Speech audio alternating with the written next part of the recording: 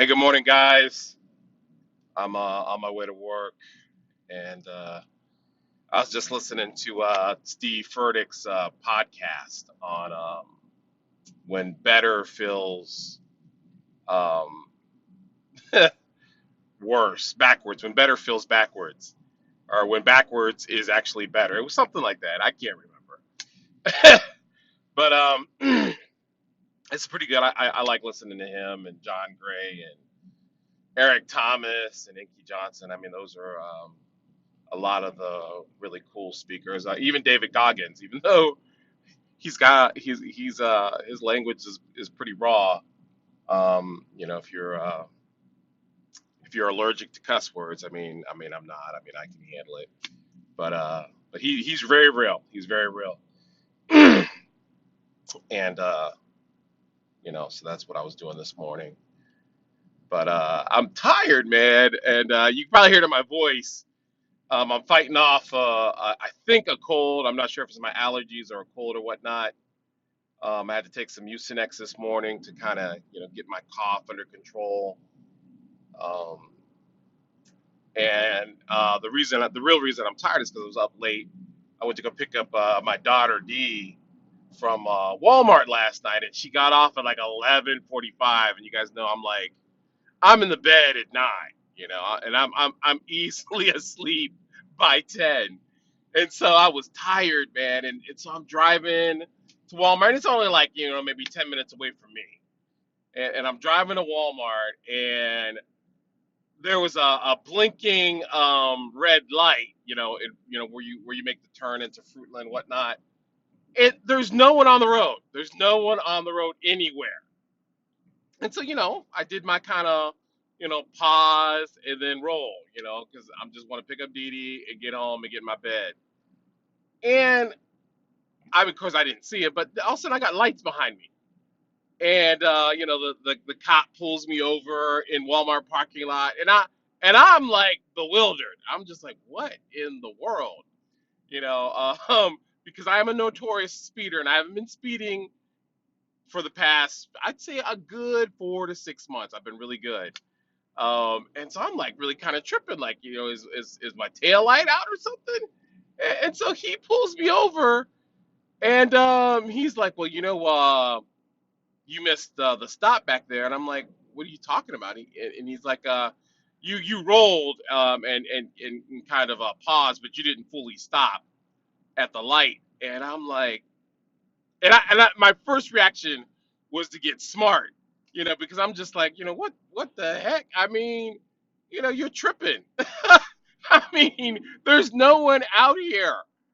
And as he's, he takes my license and registration, and I mean, he wasn't like rude or anything, but I'm still kind of confused as to why you really pulled me over for that.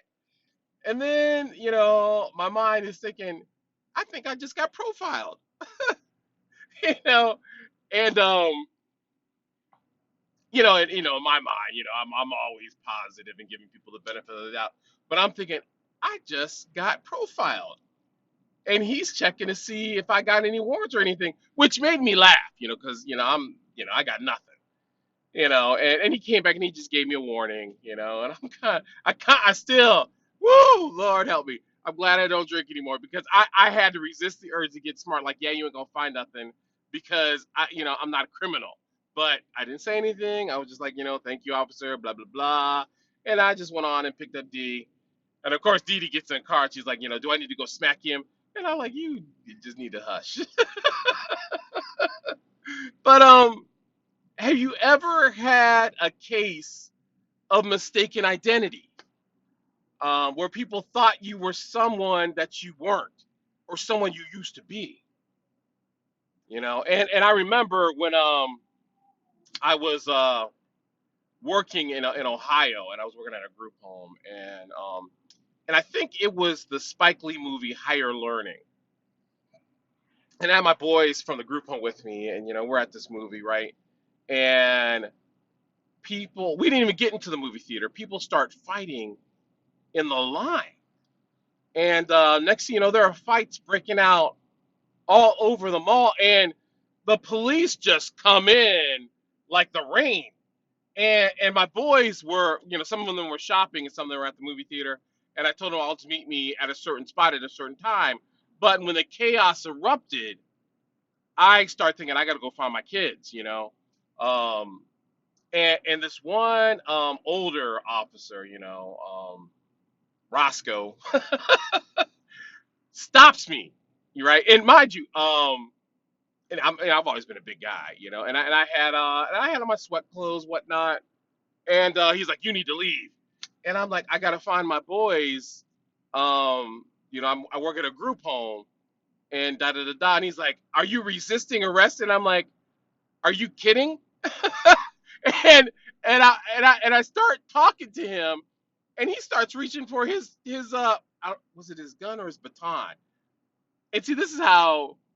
I mean, it was way back. Now, mind you, today I would just go ahead and comply, but back then I was still shocked, and I'm trying to explain to him, and I'm telling him, I was like, "Dude, you don't have to be afraid of me." I was like, I'm just looking for my boys so they don't get in trouble. And he's like, "I'm giving you one last warning." And as his voice gets higher, other officers pick up and they start coming around me. And I'm thinking, I'm about to get, into some mess here. So I said, "Okay, all right, you know what? I'm just gonna leave." And he's still talking. He's like, "You better go." And I'm like, wow. I'm like, damn. I said it was like that. And I was upset. I was angry because he thought I was somebody that I wasn't. He thought I was a gangbanger, whatever. I was, it was just that serious. And I know he was scared. And I know we're all like, well, he should have been more professional, blah blah blah. Regardless, he wasn't. Okay. But the question is, how do I handle it? How did I handle it? I ended up going out into the parking lot, and another officer, and he was a black man, came up, and I explained to him what's going on, and he escorted me back in to go find my boys from the group home. And and I'm not trying to make it a racial thing, but when we are when somebody accuses of us of something that we're not, that we didn't do, that we're innocent of, how do we react to that? Do we get angry? Do we get upset? Or do we get patient? You know, and the obvious answer is to use wisdom in that situation. But here's another question. Did they mistake your identity because you still look like you used to be? When I look back at what I was wearing, I mean, I was in a hoodie. I was not looking professional. I mean, like I make a point of trying to look professional when I'm working today because I want to dress for success. Da da da da. But even with my little slouchy hat and my sunglasses, I am aware of what I look like if I'm in certain environments, and no, that's not fair. No, that's not right. But that is the reality.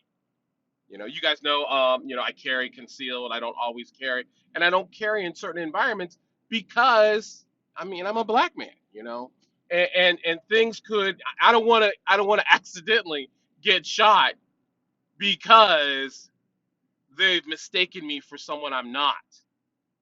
So I'm always trying to be aware, But for those of us who are rediscovering or for the first time discovering our sobriety, and the people around us don't believe us and don't trust us, perhaps it's because they still see us as who we used to be, because we still appear that way in some of our behaviors.